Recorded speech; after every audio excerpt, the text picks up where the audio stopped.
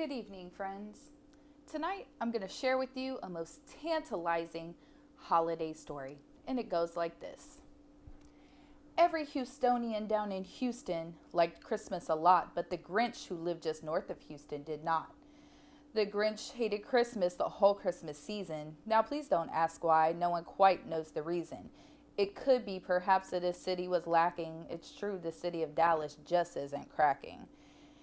It was more likely that he prayed all in vain and that his Cowboys still disappointed again. But whatever the reason, his team or his city, he stood there on Christmas Eve hating on Houston. What a pity.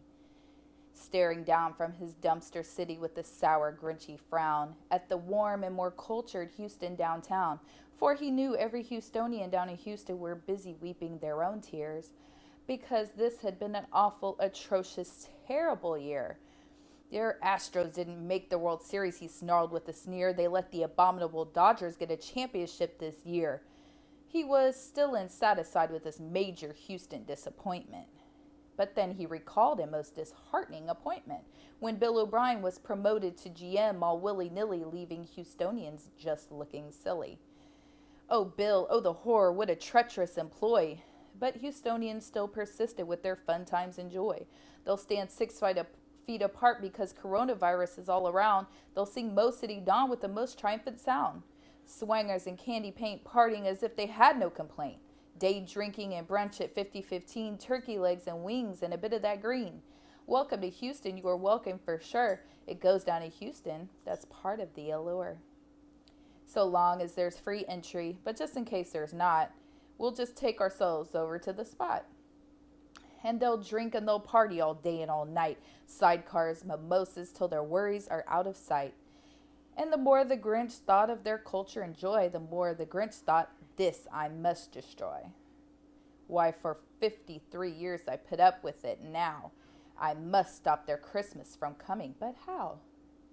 But then, just then, he recalled how O'Brien traded D-Hop, and all of Houston was appalled. He set the Texans back for years and years. The Grinch laughed in his throat. They don't have any draft picks either. What a joke. And the Texans began a most deplorable football season. Texans fans yelled, cursed, and searched for a reason. The Texans' schedule is rougher than rough.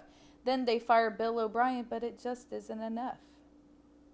The damage is done. Oh, what a doozy. Houstonians take comfort in getting angry and boozy. The Grinch took solace in these football defeats. Yet, it was still Jerry Jones who cries from his suite. See, the Texans were bad, awful, and sad, but the Cowboys in the Super Bowl was not to be had. See, the Grinch spoke every year of them making it to the big show, only to find out that the football god said no. And again, his anger began to boil and swell. I hate those Houstonians. Why can't they just sit down, cry, and dwell? This is because Houston's the best city in Texas, and as the song goes, home of the players, so there'll never be no plexing. He began to plot again on how to steal their Christmas fun. The feeling he felt inside was as if the Cowboys had won, but they hadn't. Just wait till I take their prized possession. He envied Houstonians so much with an unhealthy obsession. I'll bring them to their knees like Delilah did Samson. In fact, I'll just take their whole beard. That will show them. Their eyes will indeed cry many of tears. They may even cry to 2022 New Year.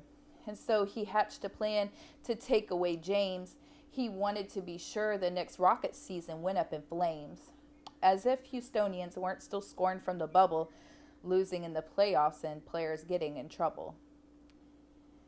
That wasn't enough for old Grinchy Pooh, so he began to toil a plan to leave Houston blue. But every Houstonian in H-Town, the tall and the small, was singing without any promising sports at all. They sang Kiki, Fat Pat, and UGK, belted out Slim Thug, Big Mo, and Trey. And the Grinch, with his shag haircut, slumped in his chair. He sat there puzzled and confused like us when we look at his hair. It came without banners and rings. It came without accolades, trophies, and things. He wondered and guessed so long his head became sore. Then the Grinch thought of something he hadn't before. Maybe the Christmas spirit doesn't come from sports teams at all. Maybe Christmas spirit comes from knocking pictures off the wall. And braids and fades, bar baby, players get chose, June 27, drank in my cup and still tipping on fofos. The Grinch began to think, maybe the spirit of Houston cannot be snuffed out. After all, they did survive all those hurricanes, no doubt. Alicia, Allison, Ike, and Harvey, they survived it all and then threw a party. The Grinch could not resist but to draw up a smile. He got in his Buick and drove that 200 miles. He rode into Houston with DJ Screw playing loud in the deck. He drove so fast that he almost caused a wreck. He rode through Spring, the Heights, 5th Ward, and Acres Homes, and then through 3rd Ward, Sunnyside, River Oaks, and the Gallo. He brought back James, the beard himself. He embodied all that was a good Christmas elf. He stopped along the way at Lakewood to pray that the Houston's roster there would be no trade. He exclaimed, "Cheers to all Houstonians far and near." Then he went in his sack and thrust up a beer. "May God bless Houston and have a blessed night." Then up 45 he disappeared out of sight. The Grinch was gone and remade a true miracle story. But Houstonians still here were longing for glory. Bring us banners, rings, and championships, or at least front office stability sometime before the apocalypse. Welcome, Christmas in Houston. United we stand.